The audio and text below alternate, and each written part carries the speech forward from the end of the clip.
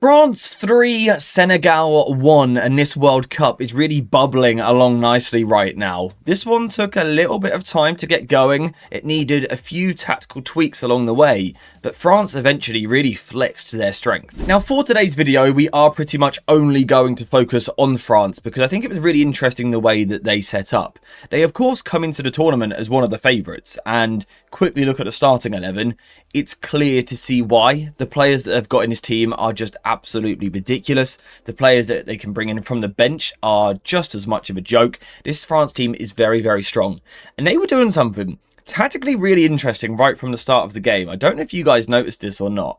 Some people will see this as quite a minor thing, but it was the way that the French team took their goal kicks and the speed of which they took them. I thought was really interesting. We haven't seen another team doing it at the tournament yet, I don't think. But of course, goal kicks are really used as a pressing moment for defensive teams.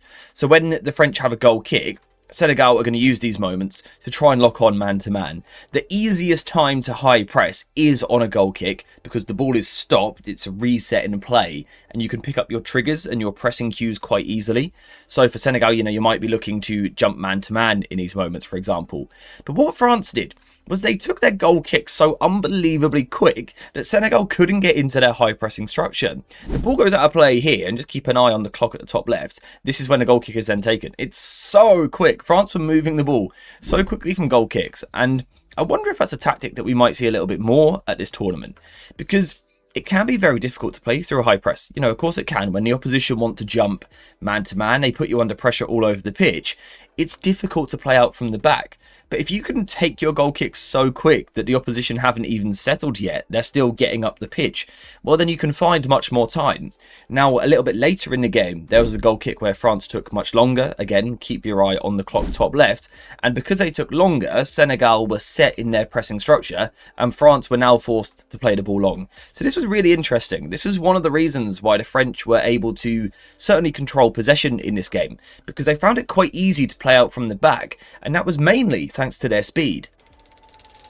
Now, unfortunately for France in the first half, they failed to take that speed to the rest of the pitch. The goal kicks were really quick, but the rest of the play in the first half was a little bit slow and it felt disconnected. And I feel like this is something that we've seen from the French in a few tournaments in recent years. They sort of start a little bit slow, but Didier Deschamps, as we will see, is great at making changes, either halfway through a tournament or halfway through a match. He always makes an impact, but I do think initially he got the setup wrong in this match. Because what we saw quite often was Upamecano, Saliba and Theo Hernandez on the left side, dropping a little bit deeper, almost forming a back three. It's not a perfect flat three, but you can sort of see the idea with Theo quite a bit deeper on the left side of defence. And then what we would see is at times Tchouaméni then dropping into midfield to play as like a solo pivot, but at times he would push ahead of the ball as well.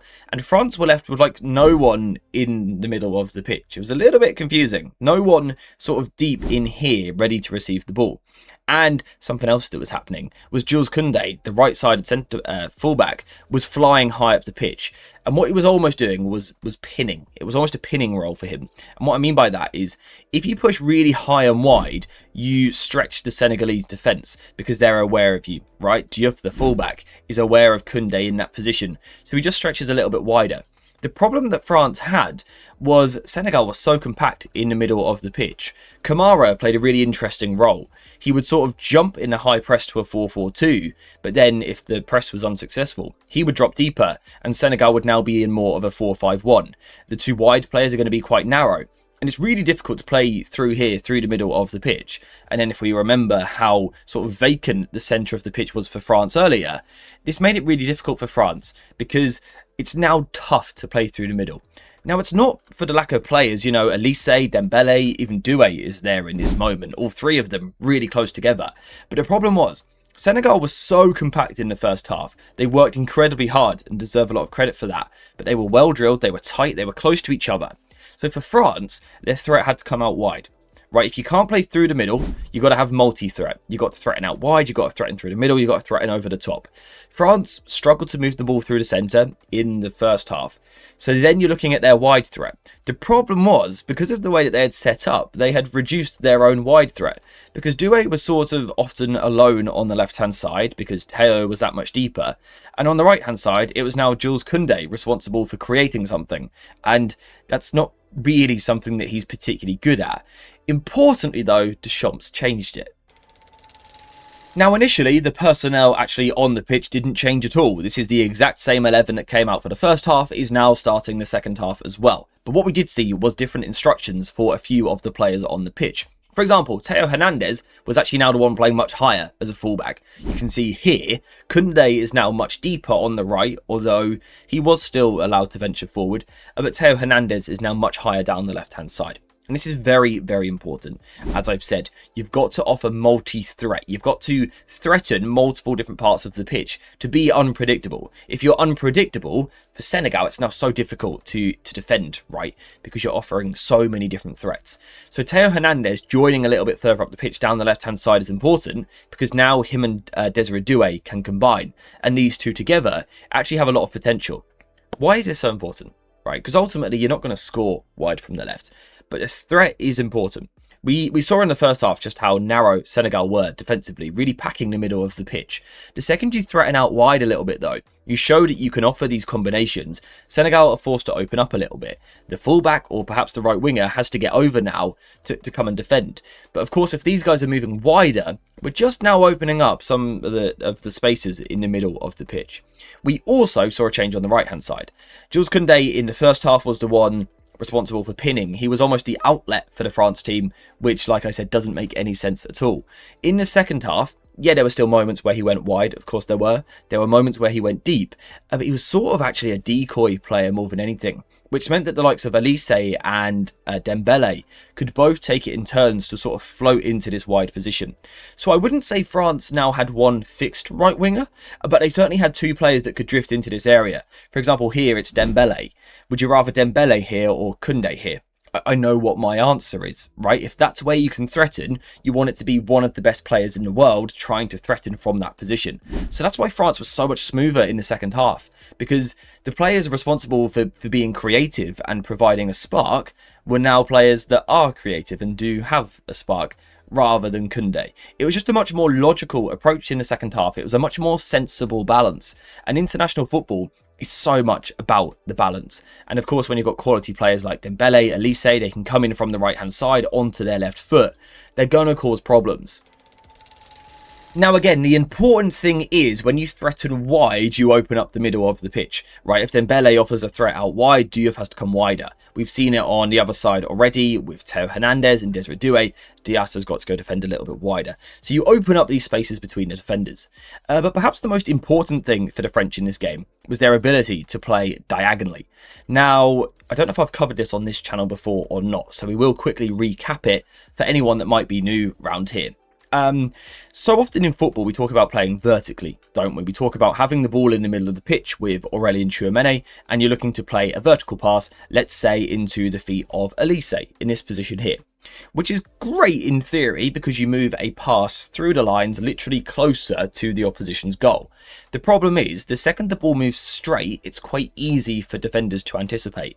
For example, it's obvious who is meant to lock onto that pass, and now Analyses has to receive with his back to goal, which can be quite difficult. So vertical passes aren't always the best way forward. Sometimes your better solution is actually to find diagonal passes on these lines like this, and there's a couple of reasons for that.